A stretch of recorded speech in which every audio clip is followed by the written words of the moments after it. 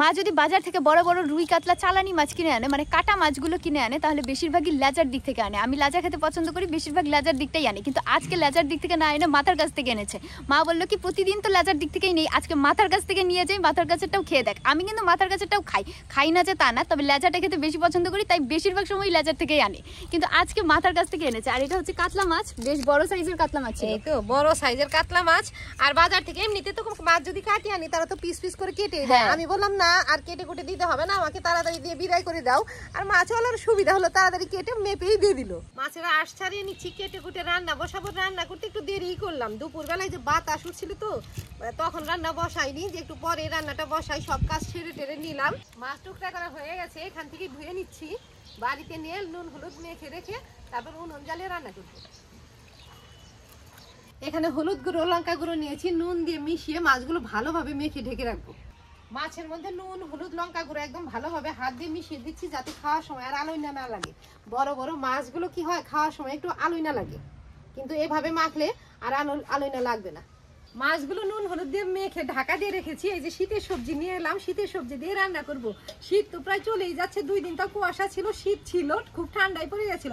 আজকে পরিবেশ দেখে মনে হচ্ছে ফাল্গুনা ভাব এসে গেছে, যদি এখন মাঘ মাসের প্রথমই, তবুও পরিবেশে যেন ফাল্গুনের ভাব। দুপুরবেলা তো বাতাসে এমন, রান্নাই শুরু করতে পারলাম না। তো শীতের সবজি নিয়ে এসেছি, এই যে ফুলকপি, সিম, আলু, টমেটো, এগুলো দিয়ে মাছ রান্না করবো। কড়াই সর্ষের তেল দিয়ে টনটনে গরম করে মাছগুলো ভেজে নিচ্ছি।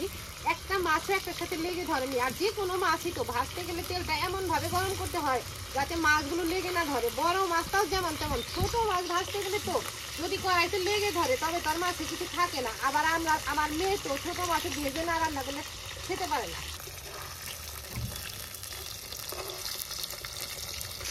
সবগুলো মাছ ভেজে নামিয়ে নিলাম।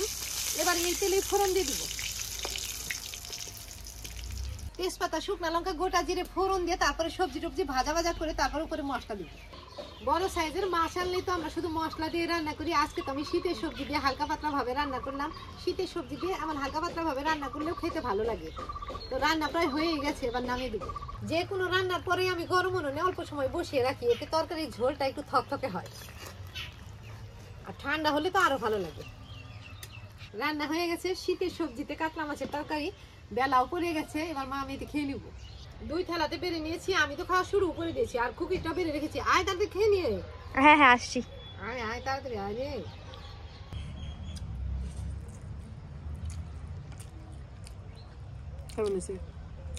খুব ভালো হয়েছে, সেই স্বাদ।